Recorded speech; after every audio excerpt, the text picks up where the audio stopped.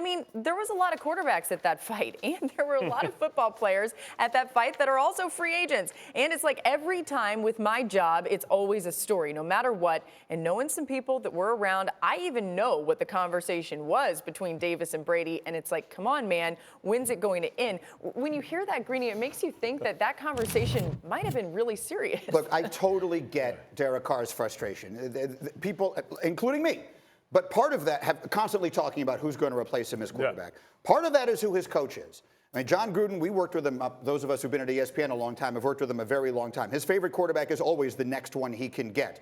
So let me ask you the question this way.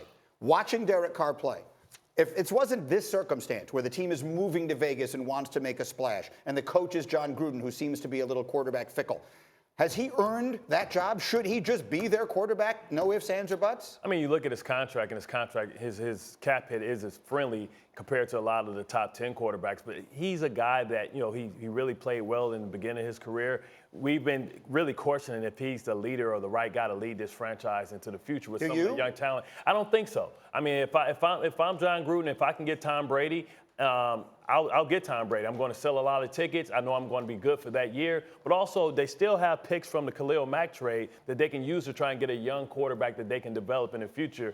So I think if I'm them, why not? I mean, I absolutely would take Tom Brady over Derek Carr. It's not even a conversation. I think what actually makes more sense, though, you do something like what the Titans did. You bring in a quarterback who can compete. Maybe he can win the job, and if he wins the job, you go from there. I don't like Tom Brady to Oakland. I've said it before. I will say it again. They have a young, budding roster. Tom Brady is not a young, budding quarterback. You don't want to pair an older Tom Brady with a bunch of young talent. You have him out here trying to teach 21, 22-year-olds what routes to run and how to develop the offense that he wants to run. That's not a matchup or a recipe for success. Well, and ultimately, you have the same issues that you had in New England. At some point in time, you look at that outside of Darren Waller, who's their Pro Bowl caliber tight end. He's really good. What weapons do they have on the outside? Antonio Brown was supposed to be that guy. He played with Tom Brady this season in New England and not at all in Oakland. So they still have those issues. I'm with you. I think if they can draft a young guy, you move forward. But this isn't a win-now roster, which is what Tom Brady would want to come into. Well, it could be because they have a lot of draft equity and also they have a lot of salary cap space. They had money that they spent on Antonio Brown. They got that money back. They'll be able to spend that and say, Tom, who do you want? Is that a question to him? Yeah. Who do you want? Meaning if you're the Raiders, you're looking to bring a Ryan Tannehill-esque type in?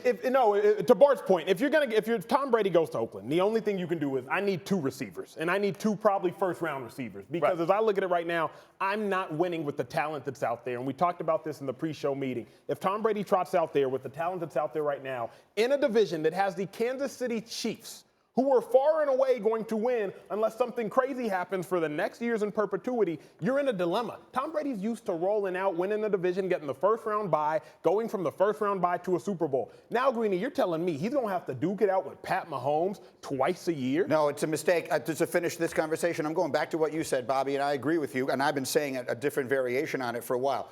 If Tom Brady's first and foremost priority is to continue winning, his best chance of doing it is staying right where he is, leveraging the circumstance exactly as he has into basically being able to say to Belichick and Kraft, you want me to come back? Get me some weapons, so I'm throwing to somebody, and I know you've already named A.J. Green as a possibility. I like the way that sounds. Absolutely, and that's what he basically did this year, I think, by putting his contract structuring, no franchise tag. I like it. Go out there, sign A.J. Green, show me you're going to make the commitment so that you're not asking me to carry this whole load myself. Once Gronk retired, they didn't have another guy that could command double teams because everyone else of their receivers, these are all possession guys. You go out and you make some moves and you're trying to bring in veteran pieces that really aren't one guys. Like Mohamed Sanu isn't the one guy. He was the 3rd receiver with A.J. Green in Cincinnati. The only thing I'd say about all that is we had D. Wood yesterday. We had Shefty yesterday. Yeah. It just seems like they feel as though he won't go back to the Patriots. That is right. Either way, we'll see what happens here. Thank you for watching ESPN on YouTube. For more sports, highlights, and analysis, be sure to download the ESPN app. And for live streaming sports and premium content, subscribe to ESPN+.